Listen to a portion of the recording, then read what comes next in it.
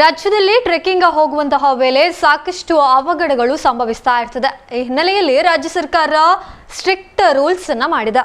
ಪ್ರಾಮಾಣಿಕ ಕಾರ್ಯಾಚರಣೆ ವಿಧಾನ ಜಾರಿಗೆ ತಂದಿದ್ದು ಅರಣ್ಯ ಸಚಿವ ಈಶ್ವರ್ ಖಂಡ್ರೆ ಬೆಂಗಳೂರಿನ 7 ಮಿನಿಸ್ಟರ್ ಕ್ವಾರ್ಟರ್ಸ್ನಲ್ಲಿ ಎಸ್ಒಪಿ ಬಿಡುಗಡೆ ಮಾಡಿ ಮಹತ್ವದ ಮಾಹಿತಿಯನ್ನ ನೀಡಿದ್ದಾರೆ. ರಾಜ್ಯದಲ್ಲಿ ಪ್ರಸ್ತುತ 44 ಚಾರಣಾ ಪಾಯಿಂಟ್ಗಳು ಕಾರ್ಯನಿರ್ವಹಿಸ್ತಾ ಇದೆ. ಕೊಡಗು, ತಡಿಯಂಡೋಳ್ ಸೇರಿದಂತೆ ಹಲವು ಕಡೆಗಳಲ್ಲಿ ಚಾರಣಕ್ಕೆ ತೆರಳಿದವರು ನಾಪತ್ತೆಯಾಗಿರೋದು ಹಾಗೂ ಚಿಕ್ಕಮಗಳೂರಿನಲ್ಲಿ ಬಾಲಕಿ ಸಾವನ್ನಪ್ಪಿದ ಘಟನೆಗಳ ಹಿನ್ನೆಲೆಯಲ್ಲಿ ಈ ಕ್ರಮ ಕೈಗೊಳ್ಳಲಾಗಿದೆ ಎಂದು ಸಚಿವ ಈಶ್ವರ್ ಖಂಡ್ರೆ ತಿಳಿಸಿದ್ದಾರೆ. ಇನ್ನು ರೂಲ್ಸ್ ಏನೆಲ್ಲ ಇದೆ ಅಂತ ಹೇಳಿದ್ರೆ, ಟ್ರೆಕ್ಕಿಂಗ್ ಹೋಗೋಕೆ ಇಷ್ಟಪಡೋರು ಮೊದಲು ಆನ್ಲೈನ್ ನಲ್ಲಿ ಬುಕಿಂಗ್ ಅನ್ನ ಮಾಡ್ಕೋಬೇಕು. ಹಾಗೇನೆ 10 ಮಂದಿಯ ಗ್ರೂಪಿಗೆ ಒಬ್ಬರು ಗೈಡ್ ಕಡ್ಡಾಯವಾಗಿ ಇರಲೇಬೇಕು. ಗೈಡ್ ಇಲ್ಲದೆ ಟ್ರೆಕ್ಕಿಂಗ್ ಮಾಡುವಂತಿಲ್ಲ. ಇನ್ನು ಟ್ರೆಕ್ಕಿಂಗ್ ಹೋಗುವವರ ಫೋನ್ ನಲ್ಲಿ ಟ್ರ್ಯಾಕಿಂಗ್ ಆಪ್ ಅಂತೂ ಹಾಕಿಕೊಳ್ಬೇಕು. ಗೈಡ್ಗಳ ಬಳಿ GPS ಸೌಲಭ್ಯ ಇರುವಂತಹ ವಾಕಿ ಟಾಕಿ ಇರಬೇಕು. ಒಂದು ಸಮಯಕ್ಕೆ ಬರೀ 150 ಮಂದಿಗೆ ಮಾತ್ರ ಅವಕಾಶವನ್ನ ನೀಡಲಾಗುತ್ತೆ.